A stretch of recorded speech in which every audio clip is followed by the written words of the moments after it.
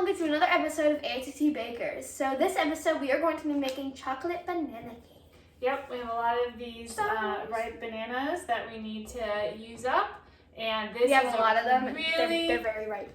Yummy cake that you can eat anytime, right? And Anytime. Again, chocolate, how can you go wrong? You can never go wrong with chocolate. If you like our videos, make sure you like and subscribe to our page down below. And we'll list all of the ingredients that you need. But Adela, why don't you go ahead and tell them what we need today? So you're going to need, this is for like a drizzle thing on top, but you're going to need dark chocolate. Well, you could use regular chocolate, but we're using dark chocolate chips. Yep, dark chocolate chips. And then you're going to need flour, and we're using the King Arthur flour, like mostly always. Some videos we're not because we use other flours. It's a gluten-free flour. Everything that we make is nothing happened. Everything that we make is gluten and dairy-free. So these chocolate chips are dairy-free.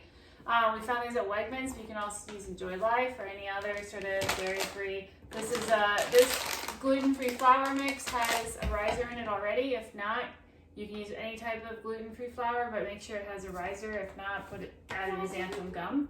All right, what else do we need? You're going to need avocado oil, baking soda,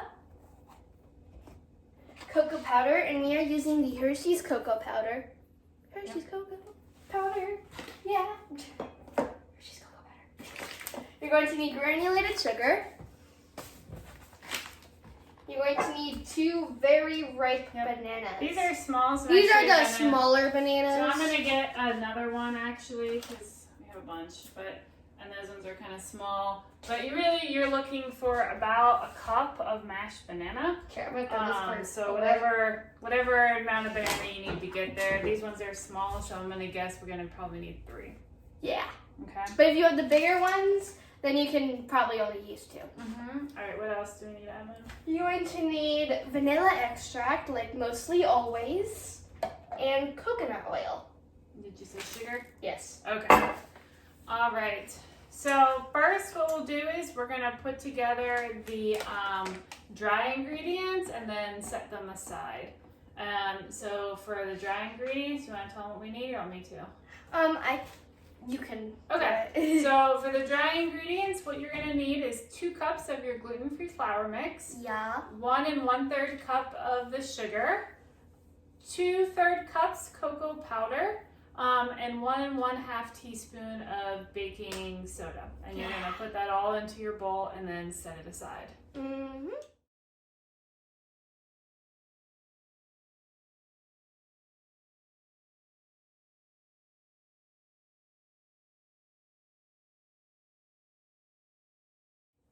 Okay. So all of your ingredients should be nice and mixed up. I see a little bit of like not mixed up part. So you're gonna put this aside, and then we're gonna mix up the wet ingredients, and we are gonna use a blender. Blender works great.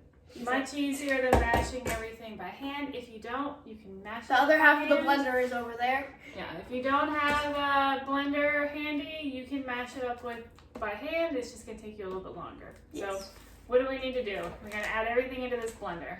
So you're going to need 1/4 cup of avocado oil, 1 1/2 cup of hot water, like hot water. Yeah, we're gonna use, we'll heat ours up in our kettle, but you can also just use hot tap water. Kettle. Okay. You need 1 teaspoon of vanilla extract and 3 small ripe bananas. Or 2 big. Or 2 bigger ripe bananas. Yep. So we're gonna add all of that into our blender. We're gonna blend it up, and then we'll add the wet ingredients into our dry ingredients and mix it up.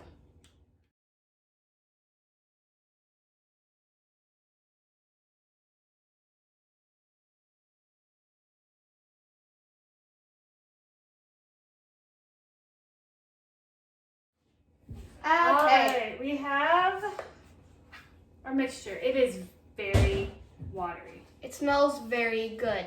Yes. Like bananas and chocolate. Like one of the best combinations on the planet. It does. So this is a very watery one, so you're going to need to bake it probably for a good 45 to 55 minutes What? in the oven. So what we're gonna do is we are gonna mix in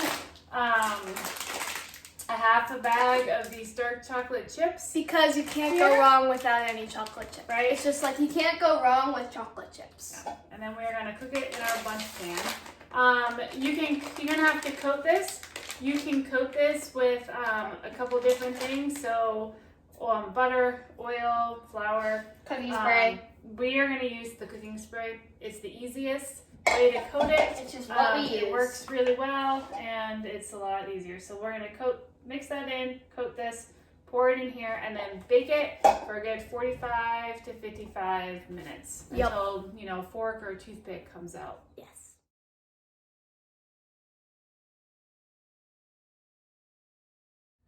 Alright, so we're back and we have our giant donut right here. Yep, it looks like a donut. It is a cake, but it seriously looks like a giant donut. Yep, and it's fully cooled now, so now we're gonna make the chocolate drizzle for the top. Yep. Alright, we are gonna use about a half a cup of our dark chocolate chip. Well, not really half a cup, half of a bag. This is a lot. We're not gonna be able to use all of this. What? Yeah, this is a lot. I was promised chocolate. There's definitely chocolate, but okay. Half a cup of dark chocolate chips is more than enough of what you will need. So you're gonna put that in a bowl. You're gonna microwave it to melt it. You can use the double pot chocolate melting method if you want to. This is easy, it's fast. So once it's melted down, you're gonna take a little bit, about maybe a half a teaspoon up to a teaspoon, depending on how thick you want your drizzle to be. Of you need coconut oil. Coconut oil. Yep. To make it drizzly. And if you over melt it and it becomes kind of like clumpy and stuff, coconut oil fixes that Yeah, too. the coconut oil is going to allow you to actually spread it, drizzle it across your cake. Too much coconut oil, it will not harden up again, and it'll just be wet frosting. Enough, just the right amount, and then you'll be able to drizzle it, and then it will harden back up. Yes. Either way, it's going to taste good, so it's just kind of how you want to look at it. Yes. All right, so let's go ahead and microwave this, and then we will drizzle. Yes.